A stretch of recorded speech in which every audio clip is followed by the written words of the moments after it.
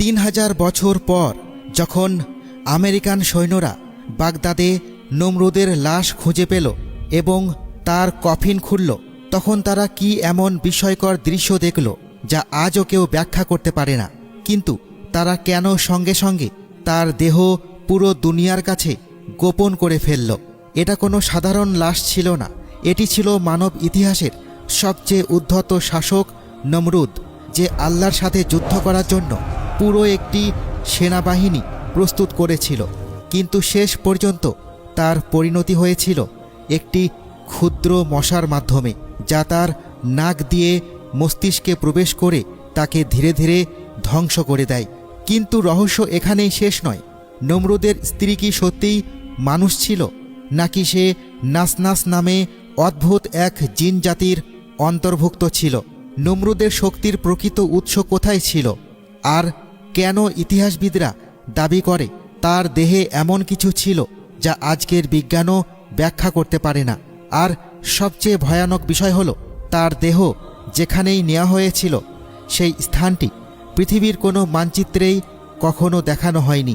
রহস্য যত গভীরে যায়, ঘটনা ততই ভয়ঙ্কর হয়ে ওঠে। আসসালামু আলাইকুম প্রিয় বন্ধুরা। হজরত নূহ আলাইহিসসালামের যুগের তুফানের পর ব্যাবিলনের নেনুয়া, সিনার এবং আশেপাশের অঞ্চলে ধীরে ধীরে মানুষের বসতি গড়ে উঠতে শুরু করে। সেই এলাকায় হাম ইবনে নূহের বংশধরদের মধ্য থেকে এক ব্যক্তির জন্ম হয়, যার নাম ছিল কুশ। পরবর্তীতে সেই কুশ নমরুদ উপাধিতে পরিচিত হয়। অনেকেই জানেন না, নমরুদ তার প্রকৃত নাম নয়, এটি ছিল একটি উপাধি। তার আসল নাম ছিল কুশ। নমরুদ শব্দের অর্থ হল ষড়যন্ত্রকারী বা চক্রান্তকারী। ইতিহাস বলে সে পৃথিবীর একমাত্র জালিম শাসক, যে সরাসরি আল্লাহর সাথে যুদ্ধ করার উদ্দেশ্যে আকাশের দিকে একটি বিশাল মিনার নির্মাণ করেছিল এবং আল্লাহর দিকে তীর নিক্ষেপ করার দুঃসাহস দেখিয়েছিল। এই জন্যই তাকে এই উপাধিতে ডাকা হতো। ইসলামী রেওয়ায়েত মতে সে ব্যাবিলন নগরীর বাদশাহ ছিল, যার ধ্বংসাবশেষ এখনও ইরাকের বাগদাদে রয়েছে। বলা হয়ে থাকে আমেরিকান মিলিটারি ইরাক দখলের পর 2003 সালে তার লাশটি গোপন করে ফেলে। এই আলোচনায় আমরা পরে ফিরব। তার আগে প্রয়োজন নমরুদের মৃত্যু, তার স্ত্রী এবং তার পুত্র সম্পর্কে জানা। আনুমানিক 400 বছর পর্যন্ত শাসন করেছিল নমরুদ। বিভিন্ন ইতিহাস ঘেঁটে জানা যায়, যখন আল্লাহর নবী হজরত ইব্রাহিম আলাইহিসসালাম নবুয়ত প্রাপ্ত হন, তখন বিশ্বের শক্তিশালী শাসকদের একজন ছিল এই নমরুদ। ইব্রাহিম আলাইহিসসালাম যখন ব্যাবিলনের মানুষের মাঝে এক ও অদ্বিতীয় আল্লাহর ইবাদতের আহ্বান ছড়াতে শুরু করলেন এবং তাদের মূর্তি ভেঙে ফেলেন, তখন তাদের সমাজে প্রচণ্ড আলোড়ন সৃষ্টি হয়। কুরআনের বর্ণনায় পাওয়া যায়, ব্যাবিলনের মূর্তি পূজকরা ইব্রাহিম আলাইহিসসালামকে কঠোর শাস্তি দেওয়ার সিদ্ধান্ত নেয়। তারা এক বিশাল অগ্নিকুণ্ড তৈরি করে তাকে সেখানে নিক্ষেপ করার পরিকল্পনা করে। অগ্নিকুণ্ড এত ভয়ঙ্কর ছিল যে তার 1 কিলোমিটারের উপর দিয়ে কোনো পাখি উড়ে গেলে সে প্রচণ্ড তাপে পুড়ে মারা যেত। চারিদিকে 1 কিলোমিটার এলাকার গাছপালা পর্যন্ত তাপে ঝলসে যেত। মূর্তির প্রতি অন্ধ ভালোবাসা ও আবেগে তারা আগুনটিকে অস্বাভাবিকভাবে বিশাল করে তোলে। কিন্তু আগুন এতটাই ভয়াবহ হয়ে উঠেছিল যে কেউ তার ধারের কাছেও যেতে পারছিল না। ফলে তারা দ্বিধায় পড়ে গেল, হজরত ইব্রাহিম আলাইহিসসালামকে আগুনে পর্যন্ত কিভাবে নিয়ে যাওয়া হবে, কিভাবে তাকে সেখানে নিক্ষেপ করা হবে। তাদের নির্মিত আগুনই শেষ পর্যন্ত তাদের পরিকল্পনাকে কঠিন করে তোলে। এদিকে 4-5 দিন, কারো মতে 1 সপ্তাহ পর্যন্ত অগ্নিকুণ্ড জ্বলতেই থাকল। আগুনের তাপ এতটাই ভয়াবহ ছিল যে হজরত ইব্রাহিম আলাইহিসসালামকে সেখানে পৌঁছানোই অসম্ভব হয়ে পড়েছিল। কয়েকজন মূর্তিপূজক চেষ্টা করেছিল তাকে আগুনের কাছে নিয়ে যেতে, কিন্তু তারা নিজেরাই তাপে ঝলসে গিয়েছিল। শেষ পর্যন্ত তারা এমন এক যন্ত্র তৈরি করল যার সাহায্যে অনেক দূর থেকে ইব্রাহিম আলাইহিসসালামকে অগ্নিকুণ্ডে নিক্ষেপ করা যায়। এরপর নবী ইব্রাহিম আলাইহিসসালামকে চরকার মাধ্যমে দূর থেকে সেই প্রজ্বলিত অগ্নিকুণ্ডে নিক্ষেপ করা হলো। কিন্তু আল্লাহর হুকুমে সেই ভয়াবহ অগ্নিকুণ্ড মুহূর্তেই শান্ত আর শীতল হয়ে ফুলে ভরা বাগিচায় রূপ নিল। সুবহান আল্লাহ। আল্লাহ তার খলিল, তার প্রিয় বন্ধু ইব্রাহিম আলাইহিসসালামকে রক্ষা করলেন। কুরআনের আয়াতে আল্লাহ তাআলা বলেন, হে আগুন, তুমি ইব্রাহিমের জন্য শীতল ও নিরাপদ হয়ে যাও। আগুন এতটা শীতল হয়েছিল যে তিনি কোনো রকম কষ্ট পাননি, আবার এতটা কোমলও ছিল না যে তার শরীরের পশম পর্যন্ত ক্ষতিগ্রস্ত হয়। প্রায় 1 মাস পর অগ্নিকুণ্ড নিভলে ইব্রাহিম আলাইহিসসালাম সম্পূর্ণ সুস্থভাবে সেখান থেকে বের হয়ে এলে নমরুদ স্তম্ভিত হয়ে যায়। সে ভাবল, ইব্রাহিম কোন শক্তির দ্বারা রক্ষা পেল তা জানতেই হবে। তাই সে রাজকীয়ভাবে তাকে প্রাসাদে আমন্ত্রণ জানায়, খাবারের আয়োজন করে এবং বলল, ইব্রাহিম, তোমার খোদা তোমার সাথে আগুনের মাঝে একটি প্রাচীর তৈরি করেছিলেন। তার এই মহানতার প্রতি সম্মান জানিয়ে আমি 4000 কোরবানি করব। তখন ইব্রাহিম আলাইহিসসালাম বললেন, তোমার কোরবানি আল্লাহ কবুল করবেন না যতক্ষণ না তুমি তার প্রতি ঈমান আনো। নমরুদ তৎক্ষণাৎ রাগে বলল, আমি ঈমান আনব? তাহলে আমার রাজত্ব শেষ হয়ে যাবে। অতপর ক্রুদ্ধ কণ্ঠে বলল, কি এমন তোমার খোদা যাকে আমাকে মানতে হবে? ইব্রাহিম আলাইহিসসালাম শান্তভাবে বললেন, আমার রব জীবন ও মৃত্যুর মালিক। তখন নমরুদ উল্টো যুক্তি দেখিয়ে বলল, আমিও জীবন ও মৃত্যু দিতে পারি। সে সাথে সাথে কারাগার থেকে 2 জন মৃত্যুদণ্ডপ্রাপ্ত আসামিকে আনার আদেশ দিল। একজনকে মুক্ত করে বলল, দেখো, আমি তোমাকে জীবন দিলাম। আর অপরজনকে নিজের হাতে হত্যা করে বলল, একে আমি মৃত্যুদণ্ড দিলাম। জীবন মৃত্যু আমিও দিতে পারি। ইব্রাহিম আলাইহিসসালাম বুঝলেন এই লোকটি যুক্তি বোঝার ক্ষমতা রাখে না, তাই তিনি বিতর্ক না বাড়িয়ে বললেন, ঠিক আছে, আমার রব পূর্ব দিক থেকে সূর্য উদিত করেন এবং পশ্চিমে অস্তমিত করেন। তুমি যদি পারো পশ্চিম দিক থেকে সূর্য উঠাও এবং পূর্ব দিকে অস্ত করাও। এই অকাট্য যুক্তির সামনে নমরুদ সম্পূর্ণ নত হয়ে গেল। সে হতভম্ব হয়ে বুঝল ইব্রাহিম আলাইহিসসালাম সত্যি আল্লাহর সাহায্যপ্রাপ্ত একজন নবী। নমরুদ ভয় পেয়ে বলল, তুমি এই রাজ্যে থাকলে আমার শাসন দুর্বল হয়ে যাবে।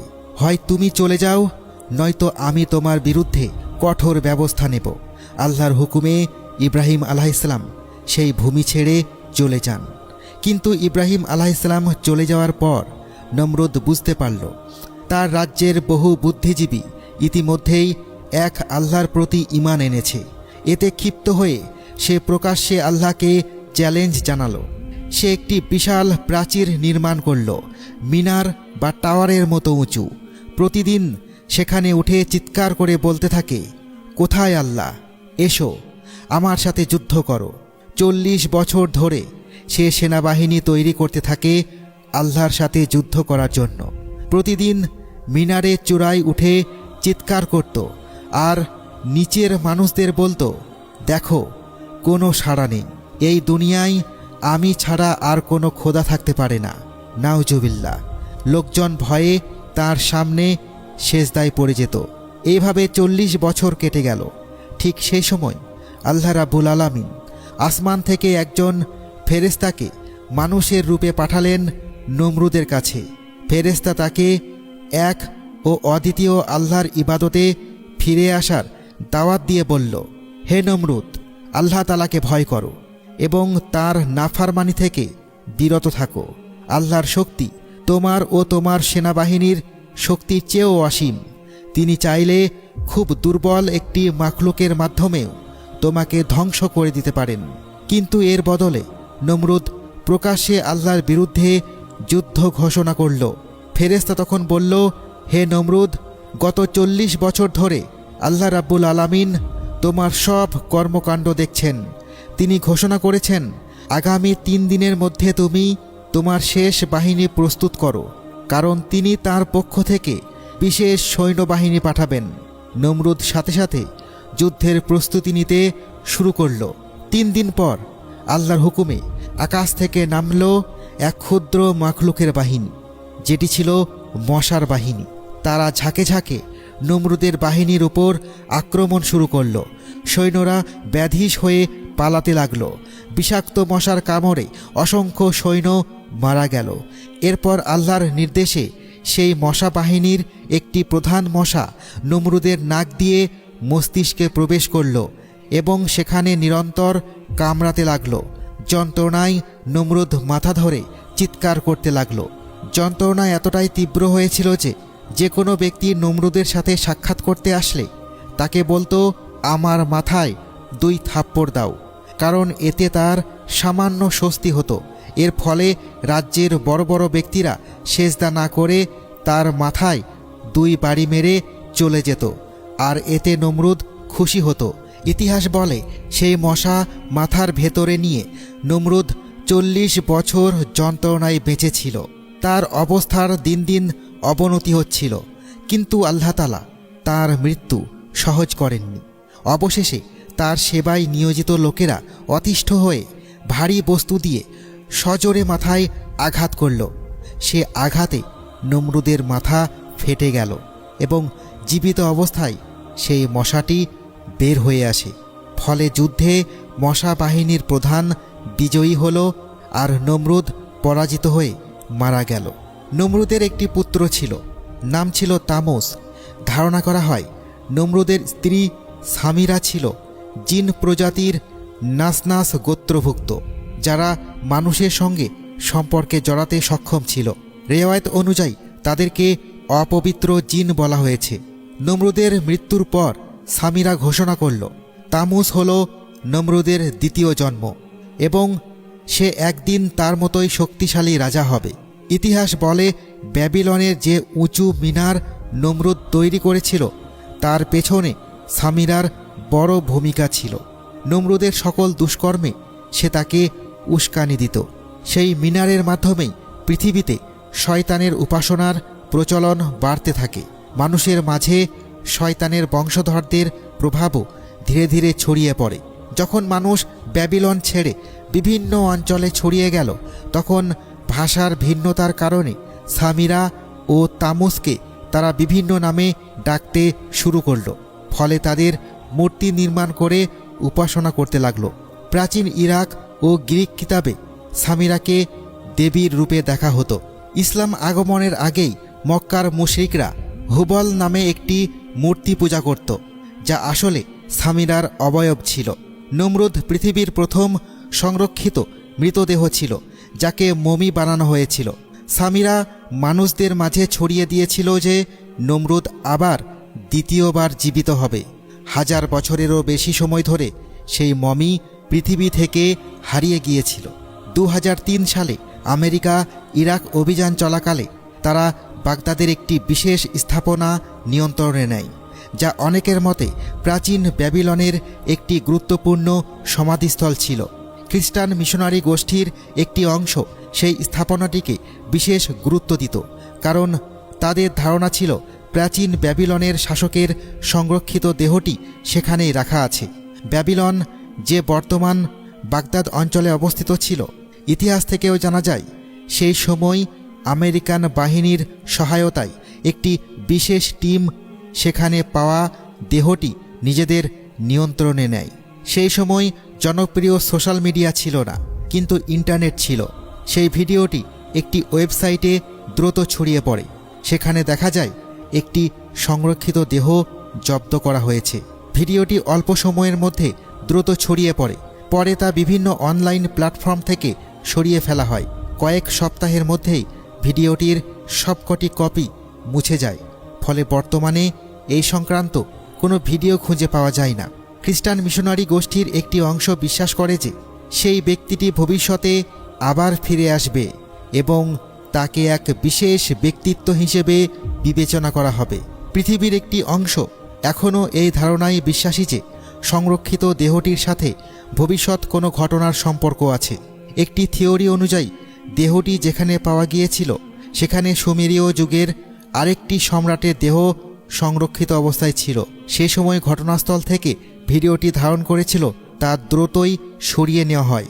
দেহটি পরে গবেষণার উদ্দেশ্যে বিশেষ ব্যবস্থায় সরিয়ে নেওয়া হয়, কেউ কেউ দাবি করেন এটি বাইরের একটি দেশে উচ্চ নিরাপত্তার সাথে সংরক্ষণ করা হয়েছে। এই বিষয়ে সাধারণ মানুষের কাছে কোনো আনুষ্ঠানিক তথ্য প্রকাশ করা হয়নি। সরকার বা সংশ্লিষ্ট কর্তৃপক্ষের খুব সীমিত সংখ্যক ব্যক্তিই নাকি এর সঠিক অবস্থান জানেন। তাই নিশ্চিতভাবে বলা কঠিন সংরক্ষিত দেহটি ঠিক কোথায় আছে। কিছু গবেষক ধারণা করেন এটি বর্তমানে একটি বিদেশি গবেষণা কেন্দ্রে আছে। আবার অন্যরা মনে করেন দেহটি এখনও বাগদাদেই থাকতে পারে, যেখানে বিশেষ নিরাপত্তার মাধ্যমে তা সংরক্ষিত করা হয়েছে। এই দুই মতের কোনোটি নিশ্চিতভাবে প্রমাণিত নয়।